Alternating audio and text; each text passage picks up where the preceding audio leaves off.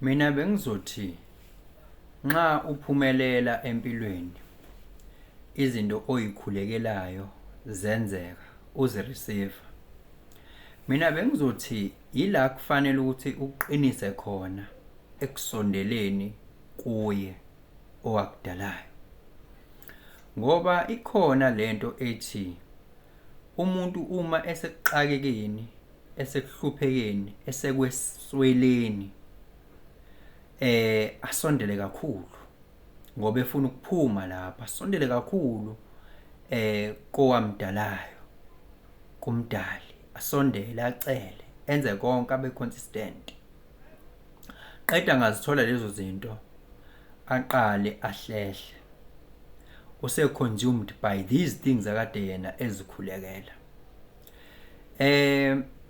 Kanti-ke lapho-ke into engifuna ukukutshela yona, usuke usu-vulnerable ngale ndlela ke. Ngalesi sikhathi usu-receivile izinto obukade uzikhulekela, usuke usu-vulnerable, usuke usu-danger komubi ukuthi athathe over kuwena, because ngesikhathi usayexakekele vele awudumile, awaziwa, awunalutho, akekho mhlawumbe futhi nonendaba nawe, yabo, you are not even a threat. But by that time sowunomuzi, by that time sowunemali, seziyaqala izitha manje ziyabuka ukuthi hayibo wenzani ngalesi sikhathi ubingelela changes akhasha othi kungenzeka noma yini noma inini noma kanjani kunoma ubani, ngoba impilo ayisiyona lento ocabanga ukuthi iyona. Possibilities are infinite in the universe. Your own consciousness is your own limitation. Kukude lapho esisuka khona futhi kukude lapho esiya khona. Beka phansi umoya, ungatatazeli, uyabona. Bazokutshela abantu abathwala ukuthi kunezinto ekumele ukuthi behlezi bezenza njalo. Ngisho sekhathele kangakanani kumele azenze ukuze kuqhubeke lento yakhe isebenza. Yabo. Uma engasakwenzi lokho ziyakhala nje straight mengasakwenzi lokho. Ngobani uyayabona ukuthi okay now ngese ngiyanqena manje, yabo, yena mhlambe bekade engenamoto, yabo, so shuthi ubehlezi la endlini, hlezi la ekhaya, so uhlezi ezokwenza lokho ekumele ukuthi akwenze, yabo, akwenze lokho ekumele ukuthi akwenze. Imnika imoto lento manje asatholakala la endlini, isikhathi sesiyamgeja. Ngithi yabo lento akade eyifuna sekuyiyo manje emsusayo manje la kule ndawo le ebekumele ngabe umillion, sosuswa yiyona lento. Shuthi ke manje ithini into ukuze abuyele la kade ekhona, abuyele kule consistency akade ekuyona, kumele kususwe lento le esimphazamisa, okuyilento futhi akade eyifuna, iyona emele isuswe. That is why uthola ukuthi umuntu uyarise bese phinde yafola futhi, yabo, ashayeke futhi, phinde arise, phinde ashayeke. Not to say ukuthi umuntu consistent kanjalo azukufika ingqinamba. Zizofika ingqinamba ezokuyisa phambili ke kunalokho okukona manje.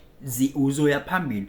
Akufuneka igraph yakho kube ukuthi, yabo, uma uthi +10 -10 u0 loyo.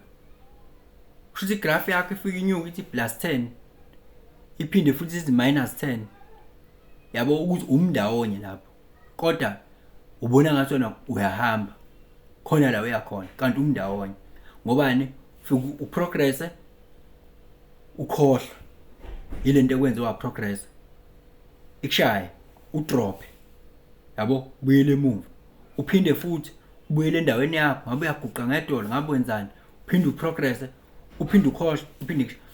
Kanti bekumele ngabe at least uma uthi +10 uya phezulu bese kuba ukuthi mhlambe -4, yabo, or -5 for that matter, yabo, +10 -5, at least we are growing by 50%, or not -10 or -4 or whatever the number, it shouldn't be equal to 0. Shouldn't be equal to 0. Because yes, vele graph yethu empilweni, impilo vele it's a cycle. nzima siyahleka siyahleka but eventually lokukhala lokho osukukhala noma lezi ngqinamba osukubhekene nazo nama challenges osukubhekene nawo at that point kusomela akupropeleke manje to move forward. Let me make an example. Bofuna umuzi, bofuna kuba nonkosikazi noma kuba nomkhonyana wakho nengane, happy family nomuzi and all of those things. Bokufuna lokho. Yeah, siyakuthola ke. Sokutholile ke lokho. Ukunyuka kwakho i-challenge lapho ke manje kumele uhlangabezane nama-challenges vele ngishilo nje ngathi mina akupheli ukuphela kokunye uqala kokunye impilo ayipheli njengoba sekuphele lokho kokuthi wena bungenayo leyo nto yokumndeni ngane muzi sekuphelile ukuqala lokho ke manje ukusha kokuthi wena usune stable family kanjalo oyihedayo noma omama oyilokhunjayo oyinaturishayo. So right now sekuzoqala ama challenges aphathelene nalokho ayaphezulu ke manje ukuthi uzoba wise ekuphatheni umuzi, uzoba wise ekuphatheni umuzi, uzoba wise in things that has to do with what you have achieved currently. Uzoba wise ekuthenini imoto isebenza kanjani now just because now you have a car. Uzoba wise ukuthi zisebenza kanjani imoto, what should I be aware of, ihamba kanjani into kwi-car industry. Uzoba wise lapho going forward, and musuka lapho uzoba wise to the point ukuthi you will get another car and you are progressing. Yes, ama challenges aphathelene nemoto uzowafika kodwa azobe kwenza ube wise to go further, not to say now kumele ukuthi uphuca umuzi kushuthi nje manje vele uthe +10 -10 usuhlangabezana nama challenge la usuphucana usuphuca umuzi usiya divorce usubuyela back la kade uqale khona futhi. Yabona ukuthi manje ke +10 -10 i challenge obhekane nayo inqinamba obhekane nayo yakubuyisela back. Usunemoto usuhlangabezana ne challenge, leyo challenge sikubuyisela back ekutheni nosabi nayo futhi again. Yabo ngenxa ukuthini sometimes abantu uma bethola bakhohlwa ukubuyela ukuba consistent kulento emenze yilabo kumele uhlale khona, because now if you are progressing njengoba lisho igama ukuthi azikho nkothi imoto emile, azikho nkothi ehambayo emile ziyayichamela nje shaya sengathi aziyiboni yashinda idana. Manje njoba ihaba zizoyikhonkotha usu vulnerable. Uzasha si Dr. Olumide i-poverty ne-struggle sakho is your own baby to feed, it's your own carry, your life is your own responsibility. Akekho umuntu ozokubuza ukuthi why you are broke. Akekho, no one will investigate your cause of being broke, no one. But once you make money, once you become once you are in front of people, once you make it, now they are going to investigate how did you achieve these things. Okusho khona ukuthi nobody cares when we are still not achieving anything. When you need to do what you need to do until you get there. Once you get there, musu ukuphazanyiswa izona very same thing ekade uzikhulekela seziyakuphazamisa futhi manje. What is going to happen? You're going to revert back. That's the thing. Uphazanyiswa into vele le onikezwe yona. Akufuneki ukuthi kupha yona ayilutho phela. Ayilutho leyo nto leyo.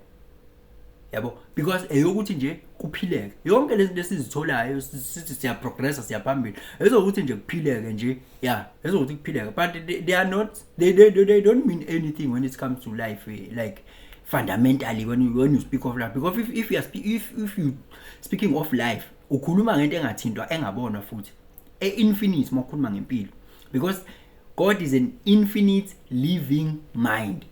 So because you don't see God, does it mean God doesn't live, is not existing? Yabo, infinite living mind. Life is not what you only see and touch. It's not ayipheleli physical impilo. So if when you are being consumed by these things, it means we are still young. If we are going to be consumed by these things, it means we are still young. Take my advice. and thank me later.